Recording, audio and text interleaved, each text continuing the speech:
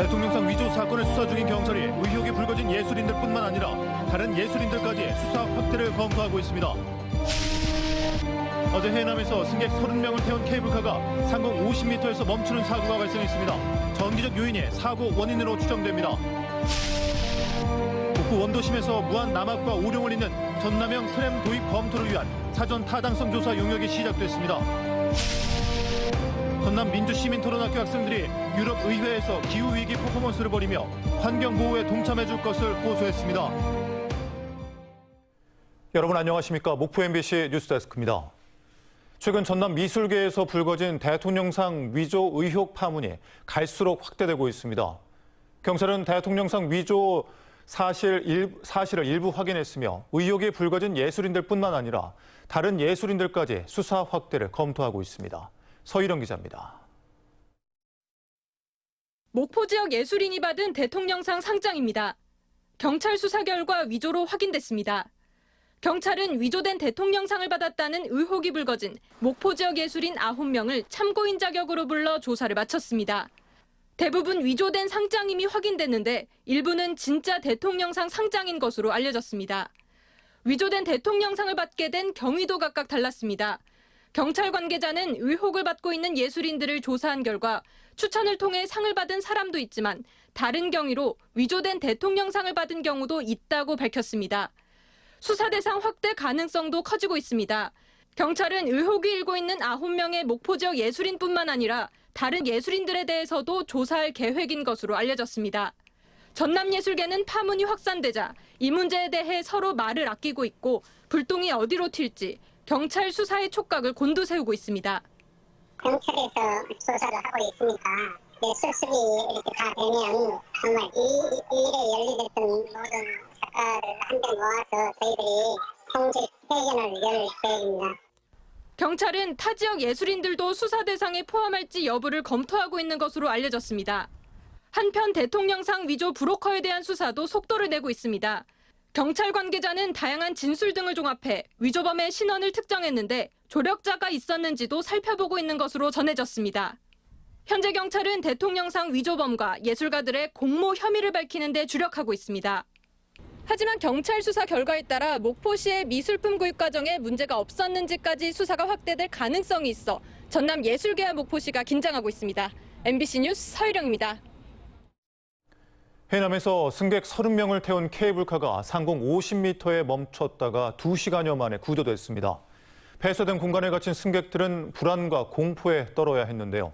전기적 요인이 사고 원인으로 추정됩니다. 안준호 기자입니다. 지상에서 50m 위에 케이블카가 멈춰서 있습니다. 어제 오후 3시 30분쯤 전남 해남 두륜산 케이블카가 승강장 10여 미터 앞에서 갑자기 멈췄습니다. 비상전력이 가동돼 케이블카는 10여 분 만에 다시 움직였습니다. 하지만 1시간 40분 뒤 두륜산 승강장에서 승객 30명을 태우고 지상 승강장으로 향하던 케이블카가 또 멈췄습니다.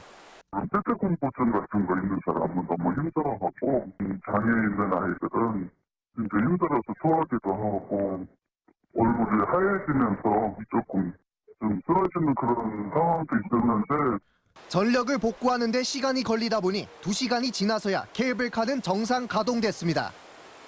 케이블카에 타고 있었던 일부 승객은 고혈압 증상을 보여 병원에서 치료를 받기도 했습니다. 이번 케이블카 멈춤 사고는 제어전원 공급 차단기 고장으로 발생한 것으로 추정됩니다. 원동기가 이제 과열이 되는 부분이 생겨가지고 과열되는 부분들을 해결을 하려고 이제 체크도 하고 했는데 속도만 올리면 과열이 돼서. 해남군은 일주일간 케이블카 운행을 중지시켰고 한국교통안전공단과 함께 긴급 안전점검을 실시하고 있습니다. MBC 뉴스 안준호입니다. 살인사건을 저지르고 달아난 조직폭력배가 29년 만에 살인죄를 적용받아 재판에 넘겨지게 됐습니다. 본인의 살인사건 공소시효가 끝난 줄 알고 작년에 귀국해 자수했는데 검찰 수사 과정에서 외국으로의 밀항 시점을 거짓말한 게 들통나 살인죄 공소시효를 다시 적용해보니 시효가 남아 있었던 겁니다. 임지은 기자입니다. 지난 1994년 12월 서울 삼성동의 한 호텔 앞에서 살인사건이 일어났습니다. 영산파 조직폭력배들이 자신들의 두목이 살해당한 것에 대한 보복으로 저지른 범행이었습니다. 이 사고로 2명이 목숨을 잃었고 다른 2명도 크게 다쳤습니다. 청년들은 부상을 입고 달아나는 피해자를 길 건너까지 쫓아가 살해하는 잔인함을 보였습니다. 조직원 중 2명이 종적을 감췄고 결국 2011년 살인죄의 공소시효인 15년이 끝나 사건은 종결되나 싶었습니다.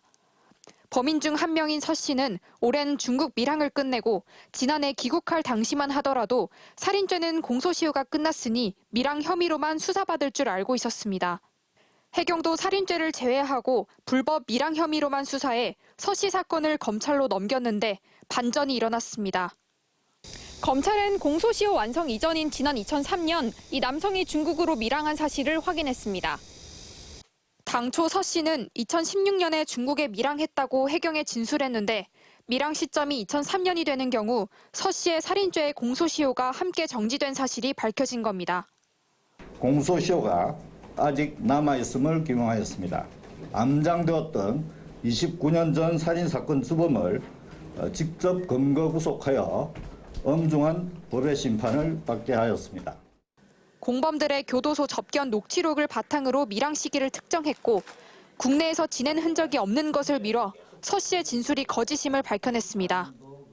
검찰은 서 씨를 살인죄로 구속 기소하는 한편 뉴월드 호텔 사건의 또 다른 주범인 정동섭 씨를 공개 수배했습니다. MBC 뉴스 임지은입니다. 최근 잦은 폭우로 피해가 속출했습니다. 또 지역 의료계가 연달아 파업에 돌입하면서 시민들의 불안감은 전에 없이 큰데요. 이런 상황에서 광주시장과 일부 구청장들이 자리를 비웠습니다. 주현정 기자입니다. 7월 한 달 동안 광주에는 700mm에 가까운 비가 내렸습니다. 지역의 연 강수량이 1380mm인 점을 감안하면 한 해 동안 내릴 비의 절반이 한 달 남짓한 사이에 쏟아진 겁니다. 특히 지난 주말과 휴일 사이에는 하루 100mm가 넘는 폭우에 붕괴와 침수 등 각종 재난 피해가 났고 산사태와 홍수 우려에 130여 명의 주민이 긴급 대피하기도 했습니다. 광주시와 5개 자치구는 전 공직자가 대기하는 비상 3단계를 소집했는데 그 시각 강기정 광주시장과 박병규 광산구청장은 재난대책본부가 아닌 스페인에 머물고 있었습니다. 지속가능한 도시 비전을 모색한다며 지난 22일 유럽 4개국 6개 도시를 도는 10박 12일 일정에 나선 겁니다. 국민의힘 중앙당은 이례적으로 연이틀 논평을 내고 수해 현장 어디에도 시장의 모습은 보이지 않았다. 시민의 안전과 생명보다 중요한 일정은 없다며 유럽 출장에 나선 강 시장을 강하게 비판했습니다. 수해 상황이 아니더라도 시립 1, 2 요양병원, 조선대병원, 기독병원 등 의료계 연쇄 파업과 같이 산적해 있는 지역 현안을 두고 단체장이 꼭 자리를 비웠어야 했느냐에 대해서도 쓴소리가 나옵니다. 오래전에 계획을 했다 할지라도 이미 일기예보상 집중호우가 예상되고 있는 이런 시점에서 구청장이나 시장이 자리를 비우는 것은 국민들이 이해하지 못할 것이다. 이에 대해 광주시와 광산구는 2025년 광주 세계 양궁 선수권 대회 개최기 인수 등 자체적으로 연기할 수 없는 정책 일정이고 현지에서 유선과 화성회의 등으로 실시간 재난 사항을 지휘하고 있는데 일방적 비방에 곤욕스럽다는 입장입니다. 여파가 쉽사리 가라앉지 않고 있는 가운데 김병래 남구청장도 오늘 유럽 일정에 합류했습니다. 논란을 의식한 듯 남구는 재난 사항을 점검하느라 일정을 하루 연기까지 했다고 설명했지만 부적절한 일정이라는 비판에 빌미만 더한 꼴이 됐습니다. MBC 뉴스 주현정입니다. 전라남도가 목포 원도심에서 무한 남압과 오룡을 잇는 전남형 트램 도입의 검토를 위한 사전 타당성 조사 용역에 본격 착수했습니다.